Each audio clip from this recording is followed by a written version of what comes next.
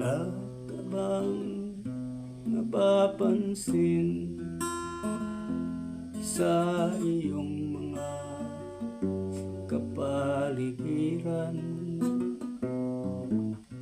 Kay dumi na ng hangin, pati na ang mga ilog natin.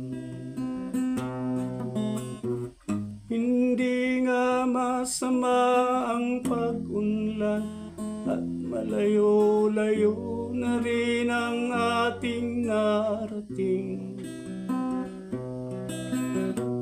Ngunit masdan mo ang tubig sa dagat, dati kulay asul, ngayon'y naging itim. Ang mga duming ating ikinalat sa hangin, sa langit, huwag nating paabutin.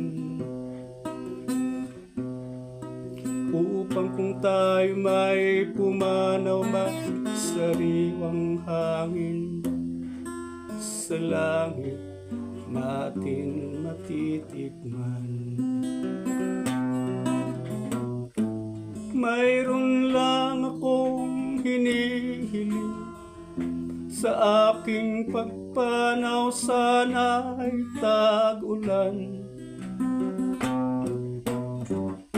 Gitara ko ay aking dadalhin, upang sa ulap na lang tayo magkantahan. Ang mga batang ngayon lang isinilang, may hangin pa kayang matitikman.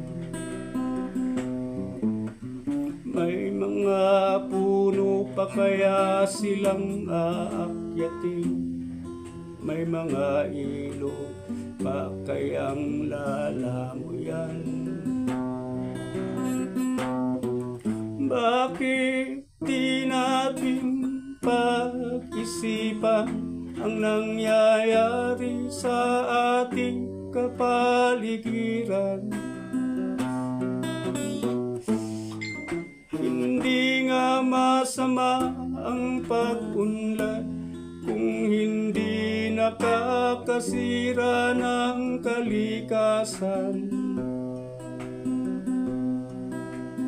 Darating ang panahon, mga ibong gala ay wala na madadapuan.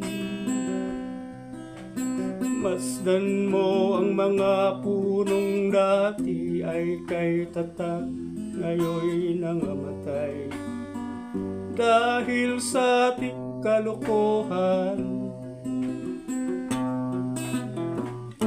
Lahat ng bagay na narito sa lupa, biyayang galing sa Diyos kahit nung ika'y wala pa. Ingatan natin at huwag nang sirain pa, pagkat pag kanyang binawi tayo'y mawawala na.